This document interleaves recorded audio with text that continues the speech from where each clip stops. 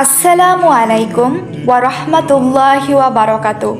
কেমন আছেন আমার প্রিয় দিনী ভাই ও বোনেরা? আশা করি আল্লাহ তাআলার অশেষ রহমতে আপনারা সবাই অনেক ভালো আছেন। আজকের এই ভিডিওটাতে আমি আপনাদের সাথে আলোচনা করব দুনিয়ার মায়ামোহ নিয়ে। ক্ষণিকর এই জীবনের জন্য আমরা কত কিছুই না করি। আমরা মানুষ জীবনের সফলতার জন্য কত কিছুই না করি, অথচ সবাই জানে যে এই দুনিয়াটা চিরস্থায়ী নয়। আমরা কেউ এই দুনিয়াতে চিরস্থায়ীভাবে থাকতে পারবো না। মানুষের স্থায়ী আবাস হলো আখিরাত। পবিত্র কোরআনে আল্লাহ বলেছেন, অবশ্যই যারা তাকওয়া অবলম্বন করেছে তাদের জন্যে আখিরাতের আবাস উত্তম। তোমরা কি বোঝো না? সূরা ইউনুস আয়াত নং 109। আবু সাঈদ ও আবু হুরাইরা রাদিয়াল্লাহু তাআলা থেকে বর্ণিত, রাসূল সাল্লাল্লাহু আলাইহি ওয়াসাল্লাম বলেছেন, একজন ফেরেশতা জান্নাতের মধ্যে ঘোষণা দিবে, এখন থেকে তোমরা জীবিত থাকবে আর কখনো মরবে না। তোমরা সুস্থ থাকবে আর কোনোদিনও অসুস্থ হবে না। তোমরা যুবক থাকবে আর কোনোদিনও বৃদ্ধা হবে না। অভাব অনটন কখনো তোমাদেরকে স্পর্শ করবে না। এটাই আল্লাহ তাআলার বাণী, আর এটাই হলো জান্নাত।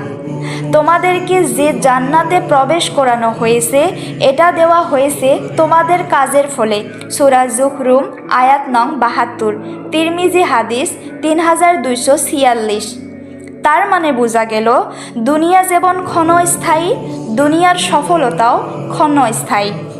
আর আখিরাত যেমন চিরস্থায়ী, আখিরাতের সফলতাও চিরস্থায়ী।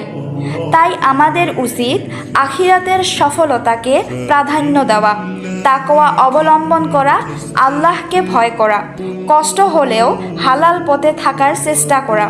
তবেই আখিরাতের স্থায়ী সফলতা অর্জন করা যাবে। আপনারা কি জানেন, সবচেয়ে নিম্ন স্তরের জান্নাতি ব্যক্তিও 10টা দুনিয়ার সমান জান্নাত পাবে? সেখানে কোনো অভাব থাকবে না, থাকবে না কোনো কষ্ট, কোনো ক্লান্তিও স্পর্শ করবে না। সূরা ফাতির আয়াত নং 33 থেকে 35।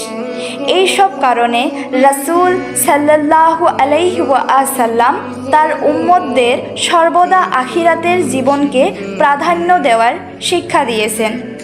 তাই আমার প্রিয় দিনী ভাই ও বোন, আমাদের উচিত দুনিয়ার এই মায়ামোহে আবদ্ধ না থেকে আখিরাতের জন্য প্রস্তুতি নেওয়া। আল্লাহ তাআলা পবিত্র কোরআনে বলেন, কুল্লু নাফসিন যায়িকাতুল মাউত, সকল প্রাণীকে মৃত্যুর স্বাদ গ্রহণ করতে হবে। দুনিয়াতে আমরা কিছু সময়ের জন্য এসেছি, আবার আমাদেরকে চলে যেতে হবে। তাই আমাদের উচিত আখিরাতের জন্য প্রস্তুতি নেওয়া। ভিডিওটা যদি ভালো লাগে থাকে ভিডিওটাতে লাইক এবং চ্যানেলটাকে সাবস্ক্রাইব করবেন। আজকের জন্য আল্লাহ হাফিজ, দেখা হবে পরের ভিডিওতে।